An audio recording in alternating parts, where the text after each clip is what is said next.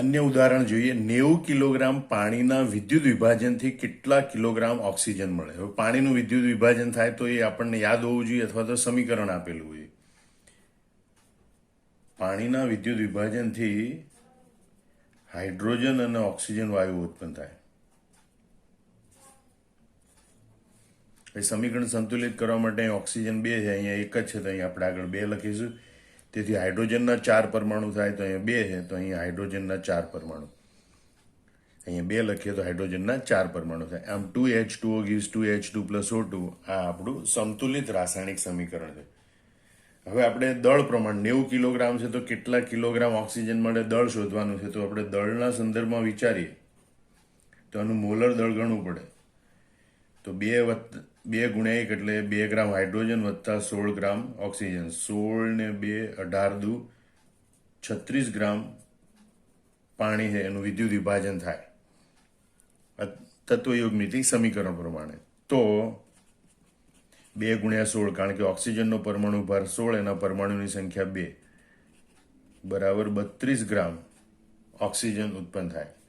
36 ગ્રામ પાણીનું વિદ્યુત વિભાજન કરીએ તો 32 ગ્રામ ઓક્સિજન ઉત્પન્ન થાય. એને 1000 વડે ગુણી નાખીએ તો આપણે એમ કહી શકીએ કે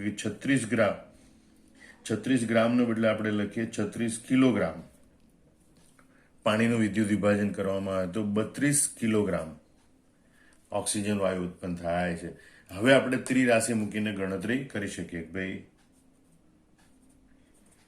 36 કિલોગ્રામ પાણીના વિદ્યુત વિભાજનથી 32 કિલોગ્રામ ઓક્સિજન મળે. તો માટે રકમમાં આપેલું છે એ પ્રમાણે 90 કિલોગ્રામ પાણીના વિદ્યુત વિભાજનથી કેટલા કિલોગ્રામ O2 મળે. તો એ ચોકડી ગુણાકાર કરીએ. 90 ગુણ્યા 32 ભાગ્યા 36. 9 વડે ભાગો 9 દા અને 9 ચોક 36, 4 ઈઠ્ઠા 32 બરાબર 80 કિલોગ્રામ આપણને O2 મળે. તો આ રીતે ત્રિરાશિની ગણતરી કરી અને તમે સહેલાઈથી ગણી શકો, અથવા તો 3 સ્ટેપ વાળી મોલની ગણતરી પણ કરી શકાય. એના કરતાં તમને વધારે સરળ પડશે. Fe2O3 નું reduction Fe2O3 plus 3H2 gives Fe plus 3H2O પ્રમાણે થાય છે. એટલે કે Fe2O3 ના રિડક્શનનું સમીકરણ આ પ્રમાણે. તો 2.5 મોલ Fe2O3 ના રિડક્શનથી કેટલા ગ્રામ પાણી મળશે. તો અહીં ફરીથી આપણે પહેલા સંતુલિત સમીકરણ લખીએ. Fe2O3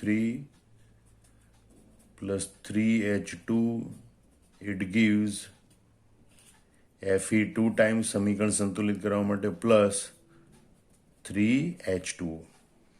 માનો કે સમીકરણ સંતુલિત આપ્યું હોય તો લખવાનું, સંતુલિત ના આપ્યું હોય તો સમીકરણને આપણે સંતુલિત કરવું પડે. તો અહીંયા એક બગડો લખવાનો બાકી રાખ્યો તો આપણે અહીંયા સંતુલિત કર્યો. હવે તમે જો બંને બાજુ Fe પરમાણુની સંખ્યા 2, ઓક્સિજન પરમાણુની સંખ્યા 3, હાઇડ્રોજન 3 દુ 6, 3 દુ 6 માટે આ સમીકરણ સંતુલિત સમીકરણ છે. હવે તત્વયોગ નીતિ પ્રમાણે જોઈએ તો 1 મોલ Fe2O3 એનું રિડક્શન થાય તો 3 મોલ પાણી મળે. એટલે આપણે એમ લખીએ કે ભાઈ 1 મોલ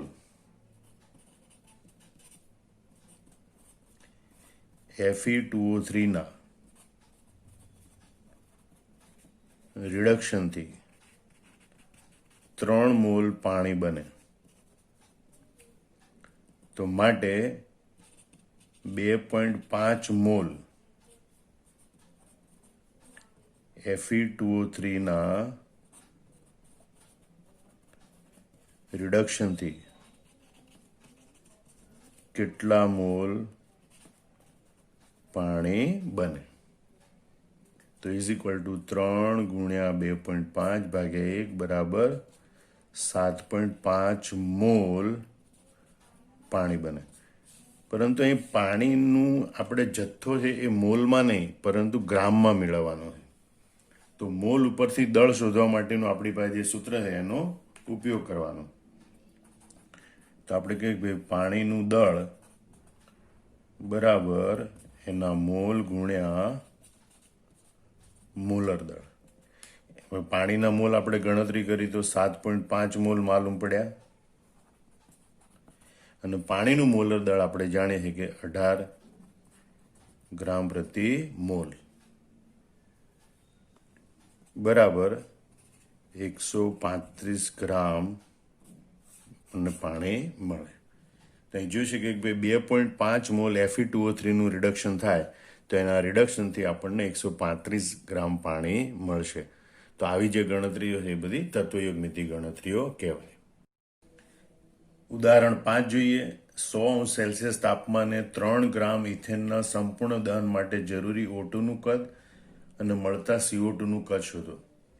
આપણે જે ઇથેનનું અણુસૂત્ર C2H6 છે. દહન પ્રક્રિયા કરે એટલે હવામાનના ઓક્સિજન સાથે પ્રક્રિયા કરે, કાર્બન ડાયોક્સાઇડ અને પાણીની બાષ્પ બને. સમીકરણને સંતુલિત કરવા માટે પહેલા કાર્બન, પછી હાઇડ્રોજન, પછી ઓક્સિજન સંતુલિત કરવા માટે અહીં કાર્બન 2 છે માટે અહીંયા 2 વડે ગુણીને કાર્બનને સંતુલિત કરેલા છે. હાઇડ્રોજન 6 છે, અહીં 2 હાઇડ્રોજન હોય એને 3 વડે ગુણવાથી 6 હાઇડ્રોજન પરમાણુ થાય. આમ હાઇડ્રોજન પરમાણુ સંતુલિત કર્યા. ઓક્સિજન પરમાણુ 2 દુ 4 અને 3 7 થાય. તો આ 2ને કેટલા વડે ગુણવાથી 7 થાય? તો 7/2 વડે ગુણવાથી. એટલે અહીંયા 7/2 લખેલા છે. હવે છેદમાં 2 ન રાખવા હોય તો આખા સમીકરણને 2 વડે ગુણતા 2C2H6 આને 2 વડે ગુણીએ તો 2 ઉડી જાય 7O2, આને 2 વડે ગુણીએ તો 4CO2 પ્લસ 6H2O. તો આ બેમાંથી કોઈ પણ રીતે એક સમીકરણ સંતુલિત સમીકરણ તરીકે લખી શકાય. હવે આપણને કીધું 3 ગ્રામ ઇથેન, એટલે સૌથી પહેલા તો આપણે ઇથેનના મોલની ગણતરી કરીશું. તો મોલ બરાબર દળ ભાગ્યા મોલર દળ. તો એના માટે આપણે ઇથેનનું મોલર દળ શોધવું પડે. તો મોલર દળ માટે આપણે ટૂંકમાં ગણતરી કરીએ 2 કૌંસમાં કાર્બનનો પરમાણુ ભાર 12 વત્તા 6 કૌંસમાં હાઇડ્રોજનનો પરમાણુ ભાર 1 બરાબર 12 દુ 24 વત્તા 6 બરાબર 30 ગ્રામ પ્રતિ મોલ. એ આ ઇથેનનું મોલર દળ થશે. એટલે ઇથેનનું મોલર દળ આપણને મળે 30 ગ્રામ પ્રતિ મોલ. હવે આપણે એના મોલ શોધવાના છે. તો આપણે લખીએ કે ભાઈ ઇથેનના મોલ બરાબર દળ ભાગ્યા મોલર દળ. દળ એનું 3 ગ્રામ છે અને મોલર દળ 30 ગ્રામ પ્રતિ મોલ છે બરાબર 1 બરાબર 0.1 મોલ. આમ ઇથેનના મોલની સંખ્યા આપણને પ્રાપ્ત થાય 0.1 મોલ. હવે એના ઉપરથી આપણે O2નું જરૂરી O2નું અને ઉત્પન્ન થતા CO2નું કદની ગણતરી કરવાની છે. તો સૌ પ્રથમ આપણે O2 માટે જોઈએ. તો આપણે તત્વયોગમિતિ પ્રમાણે જોઈએ તો કે 2 મોલ ઇથેનના દહન માટે 7 મોલ O2 જરૂરી છે. 2 મોલ ઇથેનના દહન માટે 7 મોલ O2 જોઈએ. તો માટે 0.1 મોલ C2H6ના દહન માટે કેટલા મોલ O2 જોઈએ ઇઝ ઇક્વલ ટુ 0.1 ગુણ્યા 7/2 બરાબર 3.5 આવે. 3.5 ગુણ્યા 0. એટલે 0.35 મોલ O2 જોઈએ. હવે એને આપણે આ મોલમાં છે. આપણે તો એમ કીધું કે O2નું કેટલું કદ જોઈએ. તો મોલ ઉપરથી કદ શોધવા માટેનું સૂત્ર આ પ્રમાણે છે કે ભાઈ O2નું કદ STP બરાબર મોલ ગુણ્યા મોલર કદ. અને એનો મોલ આપણને પ્રાપ્ત થયા છે 0.35 ગુણ્યા મોલર કદ. એટલે STP એ મોલર કદ નિશ્ચિત હોય છે 22.4 લીટર આપણે ગણીએ. 22.4 લીટર વાતાવરણ દબાણ માટે અને 22.7 લીટર બહાર દબાણ માટે. પણ આપણે સામાન્ય રીતે ઉલ્લેખ ન હોય ત્યાં સુધી વાતાવરણ માટેનું 22.4 લીટર લેવાનું. એટલે કે 1 મોલનું કદ 22.4 લીટર હોય એને આપણે મોલર કદ કહીએ. માટે 0.35 ગુણ્યા 22.4 લીટર અને ઇઝ ઇક્વલ ટુ 7.84 લીટર. આમ 3 ગ્રામ ઇથેનના દહન માટે 7.84 લીટર ઓક્સિજન વાયુ વપરાશે. હવે આપણે કાર્બન ડાયોક્સાઇડ કેટલો ઉત્પન્ન થાય એની ગણતરી કરવાની છે. તો આપણે CO2 માટે જોઈએ. તો પહેલા તત્વયોગમિતિ પ્રમાણે મોલ જોઈએ તો ભાઈ 2 મોલ ઇથેનનું દહન થાય તો 4 મોલ CO2 બને. 2 મોલ ઇથેનના દહનથી 4 મોલ CO2 બને. તો માટે આપણે એમ કહી શકીએ કે ભાઈ 0.1 મોલ, કારણ કે આપણે 3 ગ્રામ ઇથેન એટલે કે 0.1 મોલ ઇથેન છે. તો 0.1 મોલ ઇથેનના દહનથી કેટલા મોલ CO2 બને? ત્રિરાશિ મૂકીએ 0.1 ગુણ્યા 4 ભાગ્યા 2 બરાબર 2 દુ 4 ગુણ્યા 0.1 એટલે 0.2 મોલ CO2 બને. હવે એ CO2 નું આપણે કદ શોધવાનું છે. તો કદ સૂત્ર આપણી પાસે આ પ્રમાણે છે. CO2 નું કદ STPએ શોધવું હોય તો મોલ ગુણ્યા મોલર કદ.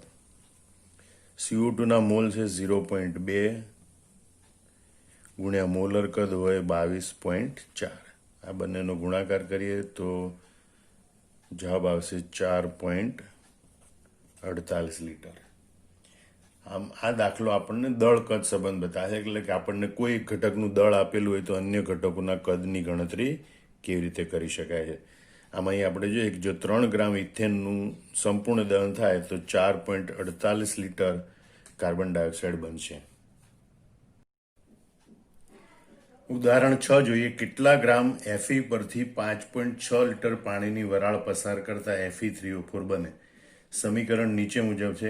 Fe બરાબર 56, એટલે કે Fe નું મોલર દળ 56 છે. હવે તો અહીંયા આપણને જે સમીકરણ આપેલું એ સંતુલિત સમીકરણ આપેલું. આપણે ફરીથી લખીએ 3Fe plus 4H2O it gives Fe3O4 plus 4H2. અહીંયા 5.6 લીટર પાણીની વરાળ એ પ્રક્રિયા કરે છે Fe સાથે. તો એનું લીટર આપેલું છે તો એના ઉપરથી આપણે પહેલા મોલ શોધીએ. H2O ગેસ એટલે કે પાણીની વરાળ ના મોલ બરાબર. તો જ્યારે મોલ આપણે કદ ઉપરથી શોધવાના હોય ત્યારે સૂત્ર આપણી પાસે આવી રીતે છે. કદ ભાગ્યા મોલર કદ. એનું કદ છે 5.6 લીટર અને મોલર કદ હોય છે 22.4 લીટર પ્રતિ મોલ. અને એટલે આનો જવાબ આવશે 0.25 મોલ. આમ 5.6 લીટર પાણીની વરાળ, એનો મતલબ કે 0.25 મોલ પાણીની વરાળ. હવે આપણે પાણીના મોલ ઉપરથી Feના મોલ કેટલા વપરાય એ આ સમીકરણ સંતુલિત છે એની ઉપરથી ગણતરી કરીએ. પૈકી 4 મોલ સમીકરણ પરથી આપણે જોઈએ 4 મોલ પાણી સાથે 3 મોલ Fe એટલે કે લોખંડ પ્રક્રિયા કરે. તો માટે 0.25 મોલ પાણી સાથે કેટલા મોલ Fe પ્રક્રિયા કરે? હવે આપણે આને ત્રિરાશિ મૂકીએ. 0.25 ગુણ્યા 3 ભાગ્યા 4 બરાબર 0.1875 મોલ Fe પ્રક્રિયા કરે. એટલે કે 4 મોલ H2O સાથે 3 મોલ Fe પ્રક્રિયા કરે તો 0.25 મોલ સાથે કેટલા? તો 0.25 મોલ સાથે 0.1875 મોલ Fe પ્રક્રિયા કરે. પણ એનું આપણે ગ્રામમાં જથ્થો શોધવાનો છે. તો મોલ ઉપરથી ગ્રામ માટેનું સૂત્ર છે કે ભાઈ Fe નું દળ બરાબર મોલ ગુણ્યા મોલર દળ. મોલ છે 0.1875 ગુણ્યા Fe નું મોલર દળ છે, રકમમાં આપેલું છે 56 ગ્રામ પ્રતિ મોલ, અને આ બંનેનો ગુણાકાર કરીએ તો જવાબ આવે છે 10.5 ગ્રામ. આમ 5.6 લીટર પાણીની વરાળ પસાર કરવાય તો 10.5 ગ્રામ લોખંડ છે એની સાથે પ્રક્રિયા કરશે. ઉદાહરણ 7 જોઈએ. 1.2 લીટર બ્યુટેનના સંપૂર્ણ દહનથી એસટીપીએ કેટલા લીટર પાણીની બાષ્પ બને? બ્યુટેનનું અણુસૂત્ર છે C4H10. દહન પ્રક્રિયા છે એટલે ઓક્સિજન સાથે પ્રક્રિયા થાય. હાઇડ્રોકાર્બનનું દહન થાય એટલે કાર્બન ડાયોક્સાઇડ અને પાણીની બાષ્પ બને એટલે કે પાણી બને. સમીકરણને સંતુલિત કરવું પડે. પહેલા કાર્બનને સંતુલિત કરીએ, અહીંયા 4 લખીએ એટલે કાર્બન પરમાણુ સંતુલિત થાય. હાઇડ્રોજનને સંતુલિત કરીએ 10 છે અને અહીંયા 5 લખીએ તો 2 પંચા 10 હાઇડ્રોજન સંતુલિત થાય. 4 દુ 8 અને 5 13 ઓક્સિજન છે. આ 2 છે એને આપણે 13/2 વડે ગુણીએ એટલે ઓક્સિજન પરમાણુ સંતુલિત થાય. તો આ આપણી પાસે સંતુલિત સમીકરણ છે. હવે આપણને કીધું કે 1.2 લીટર બ્યુટેન છે, તો જે આપણને જથ્થો આપેલો એને આપણે પહેલા મોલમાં ગણતરી કરીએ. તો આપણે કહીએ કે ભાઈ બ્યુટેનના મોલ, કદ ઉપરથી મોલ શોધવાના હોય તો કદ ભાગ્યા મોલર કદ. કદ છે 1.12 ભાગ્યા મોલર કદ છે 22.4, અને એનો જવાબ આવશે 0.05 મોલ. એટલે કે 1.12 લીટર બ્યુટેન દહન પામે છે એટલે કે 0.05 મોલ બ્યુટેન દહન પામે છે. હવે અહીંયા તત્વયુગ્મિતિ પ્રમાણે સંતુલિત સમીકરણ પરથી આપણે જોવાનું કે ભાઈ 0.05 મોલ બ્યુટેન દહન પામે તો કેટલા મોલ પાણીની બાષ્પ ઉત્પન્ન થાય. તો સમીકરણ ઉપરથી આપણે જોઈએ કે ભાઈ 1 mall C4H10 બ્યુટેનના દહનથી 5 mall H2O gas એટલે કે પાણીની બાષ્પ બને. તો માટે 0.05 મોલ C4H10 ના દહનથી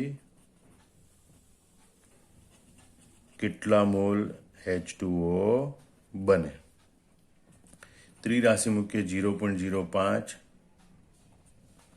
ગુણ્યા 5 ભાગ્યા 1 બરાબર 0.25 મોલ એ પાણીની બાષ્પ બને.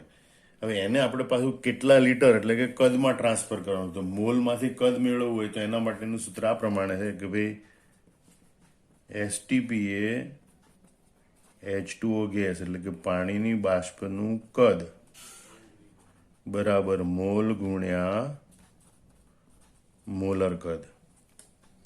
મોલ કેટલા? 0.025. મોલર કદ કેટલું? 22.4. આનો ગુણાકાર કરીએ તો જવાબ આવશે 5.6 લીટર. આમ 1.12 લીટર બ્યુટેનનું સંપૂર્ણ દહન કરવામાં આવે તો 5.6 લીટર પાણીની બાષ્પ બનશે. ઉદાહરણ 8 જોઈએ. પ્રોપેન C3H8 અને બ્યુટેન C4H10 નું 3 લીટર મિશ્રણ છે. તેના સંપૂર્ણ દહનથી 10 લીટર CO2 વાયુ મળે. તો મિશ્રણમાં દરેક વાયુનું કદ કેટલું હશે? પ્રોપેન અને બ્યુટેન બંનેનું ભેગું થઈને 3 લીટર મિશ્રણ છે. તો એ બંનેનું કદ આપણે ધાર લઈએ. બંનેનું કદ શોધવાનું છે. ધારો કે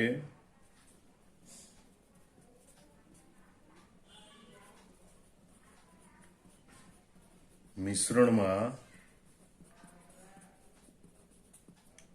પ્રોપેનનું કદ બરાબર x લીટર.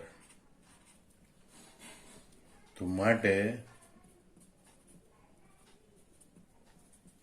બ્યુટનનું કદ બરાબર 3 માઇનસ x લીટર થાય. કારણ કે બંનેનું મિશ્રણ થઈ અને 3 લીટર છે, તો એકનું x હોય તો બીજાનું 3 માઇનસ x હોય. હવે આપણે પ્રોપેનના દહનની પ્રક્રિયા જોઈએ.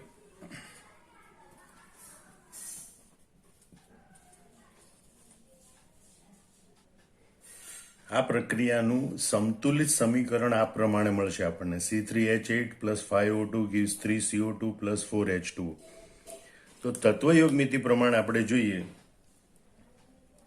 તો 1 લીટર પ્રોપેનના દહનથી આપણને 3 લીટર કાર્બન ડાયોક્સાઇડ વાયુ પ્રાપ્ત થશે. તો માટે x લીટર પ્રોપેનના દહનથી આપણને 3x લીટર કાર્બન ડાયોક્સાઇડ વાયુ પ્રાપ્ત થશે. આમ પ્રોપેનના દહનથી 3x લીટર કાર્બન ડાયોક્સાઇડ વાયુ ઉત્પન્ન થાય છે. હવે આપણે બ્યુટેનનું દહન જોઈએ.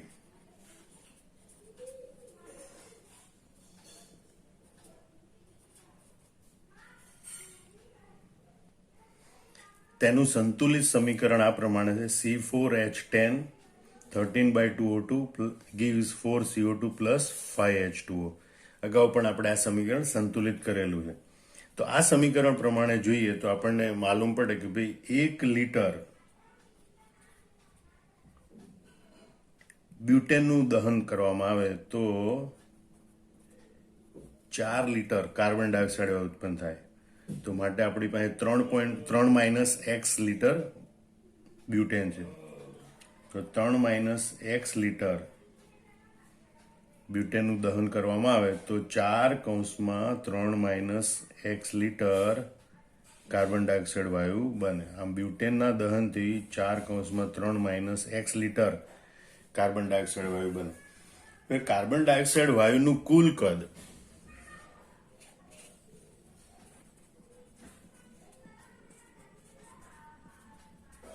ઉત્પન્ન થતા કાર્બન ડાયોક્સાઇડનું કુલ કદ આપણને રકમમાં 10 લીટર આપેલું છે.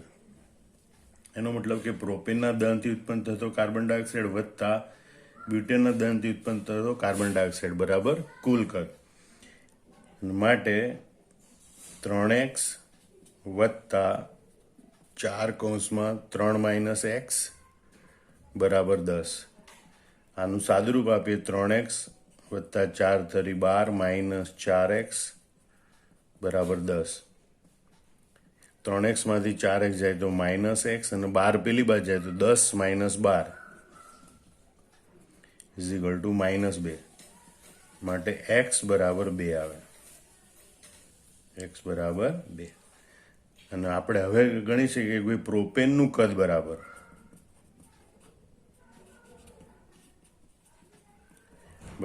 x લીટર અને x એટલે કે 2 લીટર અને બ્યુટેનનું કદ બરાબર 3 માઇનસ x બરાબર 3 માઇનસ 2 બરાબર 1 લીટર. આમ મિશ્રણમાં 3 લીટર મિશ્રણમાં 2 લીટર પ્રોપેન હશે અને 1 લીટર બ્યુટેન હશે. તો આમાં તત્વયુગ મિતિ એટલે કે રાસાયણિક સમીકરણ જે હોય સંતુલિત રાસાયણિક સમીકરણ એના આધારે એક ઘટક છે એના કોઈ પણ જથ્થો દળ કદ કે મોલ આપેલો એના ઉપરથી બીજા ઘટકના દળ કદ કે મોલ એની ગણતરી માટેના ઘણા બધા ઉદાહરણ જોયા. આ બધા ઉદાહરણની તમારે રકમ લખી નાખવાની અને પછી બધા દાખલા જાતે ગણવાના. જય સ્વામિનારાયણ.